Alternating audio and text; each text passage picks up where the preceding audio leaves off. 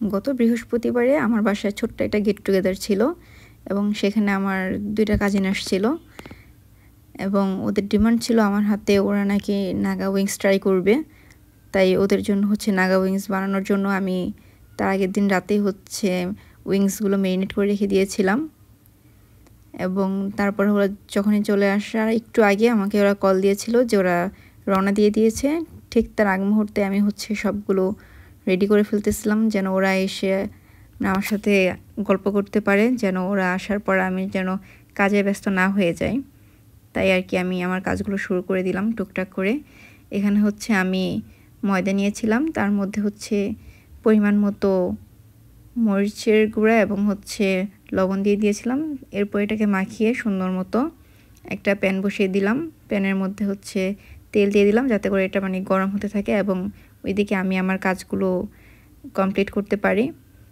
তো তেল দেওয়ার পরে আমি হচ্ছে আটার মধ্যে যেই উইংসগুলো আমি হচ্ছে আগের দিন রাতে ম্যারিনেট করে রেখেছিলাম সেগুলো আর কি রেডি করব। এদিকে আমি একটা বাটির মধ্যে পানি নিয়ে নিলাম এবং ম্যারিনেট করা উইংসগুলো একটা করে হচ্ছে ময়দার মধ্যে কোট করব। কোট করে পানির মধ্যে চুবিয়ে দেন আবার হচ্ছে আরেকটা লেয়ার দিব যাতে করে হচ্ছে লেয়ারটা একটু ভারী হয়। ভারী হলে আমার কাছে মনে হয় যে উইংসের টেস্টটা ভালো আসে। এই জন্য আমি একবার কোট করে পানির মধ্যে চুবিয়ে এটা হচ্ছে আবার ভালো মতো কোট করে নিলাম, 2বার কোট করলাম। এরপর আমি হচ্ছে একটু দেখব যে তেলটা গরম হয়েছে কি না। এটা আমি করতে করতে আর কি আমার তেলটা গরম হয়ে যাওয়ার কথা, কারণ আমি হচ্ছে ভিডিওটা ফাস্ট করে দিয়েছিলাম এবং এখানে আপনারা দেখতে পাচ্ছেন যে আমি এটা হচ্ছে কোট করতেছিলাম। এই কোট করতে করতে আমার তেল গরম হয়ে গেল। এই তো আমি একটা একটা করে দিলাম, দেওয়ার পরে দেখলাম যে হ্যাঁ মোটামুটি তেল প্রচুর গরম হয়ে গিয়েছে।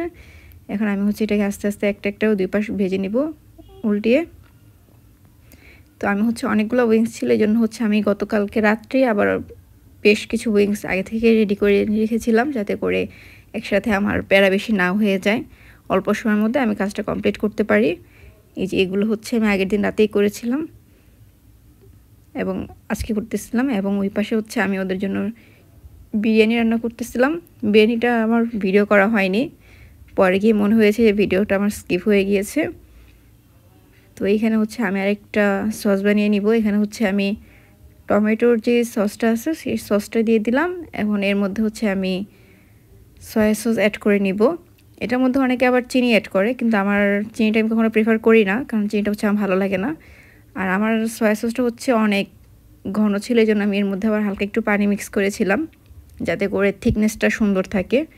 এই আপনারা দেখতে পাচ্ছেন যখন এখন একটা গ্রেভি চলে আসবে ঠিক তখনই আর কি এটা হয়ে গিয়েছে।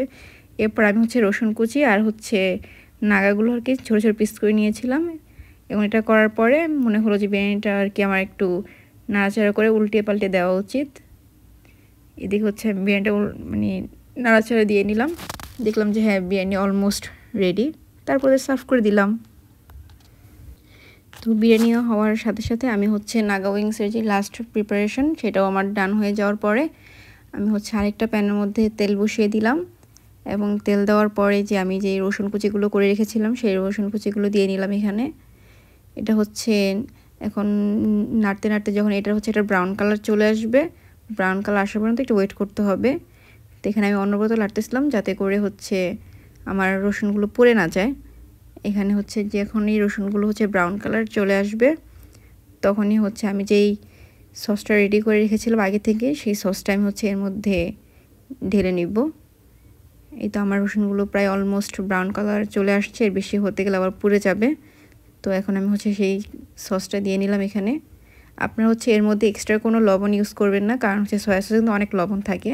আর আমার যেহেতু সয়া সসটা একটু গ্রেভিটা একটু বেশি ছিল, থিকনেসটা বেশি ছিল, এই জন্য হচ্ছে আমি লবণ একদমই স্কিপ করে গিয়েছিলাম, নয়তো এটা খাওয়াই যেত না একদম।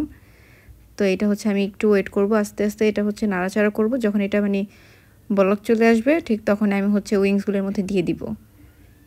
আপনারা যারা ঝাল বেশি পছন্দ করেন একদম, তারা হচ্ছে যে নাগাটা কেটে রেখেছিলাম সেই নাগাটা হচ্ছে আপনারা চাইলে হচ্ছে গ্রেভির মধ্যে দিতে পারেন, দেন হচ্ছে আমার মতো পরেও দিতে পারেন। আমি হচ্ছে পরেই দিয়েছিলাম কারণ গ্রেভির মধ্যে দিলে হচ্ছে স্মেলটা ভালো আসে না এবং তার সাথে হচ্ছে ঝালটা আমার মনে হয় যে ঠিক মতো প্রপার আসে না। এই জন্য আমি হচ্ছে স্মেলটা প্রপার পাওয়ার জন্য আমি হচ্ছে এটা পরে দিয়ে অ্যাড করেছিলাম। আপনারা চাইলে পরে অ্যাড করতে পারেন, আবার চাইলে আগেও অ্যাড করতে পারেন, এটা যার যার ইচ্ছে মতো আর কি। তো এখানে আমি ভালো মতো এটা মিশিয়ে নিচ্ছিলাম। মেশানোর পর আমার অলমোস্ট রেডি হওয়ার পরে আমি এটাকে অফ করে জাস্ট সবাইকে সার্ভ করে এবং আড্ডা দিতে